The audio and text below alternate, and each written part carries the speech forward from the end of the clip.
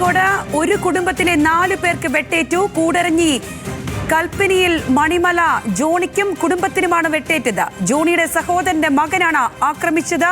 രതീഷ് വാസുദേവനുണ്ട്. രതീഷ്, എന്താണ് സംഭവം?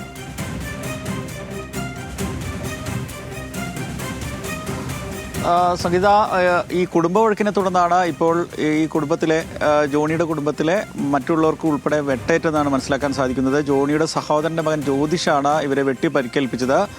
ഇന്ന് ഉച്ചയോടുകൂടിയാണ് സംഭവം. ഇതിൽ ജോണിയുടെ ഭാര്യ മേരി, മകൾ ജാനറ്റ്, അതേപോലെ തന്നെ ജോണിയുടെ സഹോദരി ഫിലോമിന തുടങ്ങിയവർക്കാണ് വെട്ടേറ്റത്.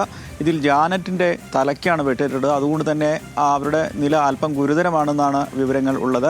മറ്റുള്ളവർക്കൊക്കെ സാരമായ പരിക്കേ ഉള്ളൂ എന്നാണ് മനസ്സിലാക്കാൻ സാധിക്കുന്നത്. ഇതിനിടയിൽ ഈ വെട്ടിയ ജ്യോതിഷ് ഉൾപ്പെടെ കൈക്ക് പരിക്കേറ്റ് KMCTയിൽ, അതായത് മുക്കത്തെ സ്വകാര്യ ആശുപത്രിയിൽ എത്തിയിട്ടുണ്ട്.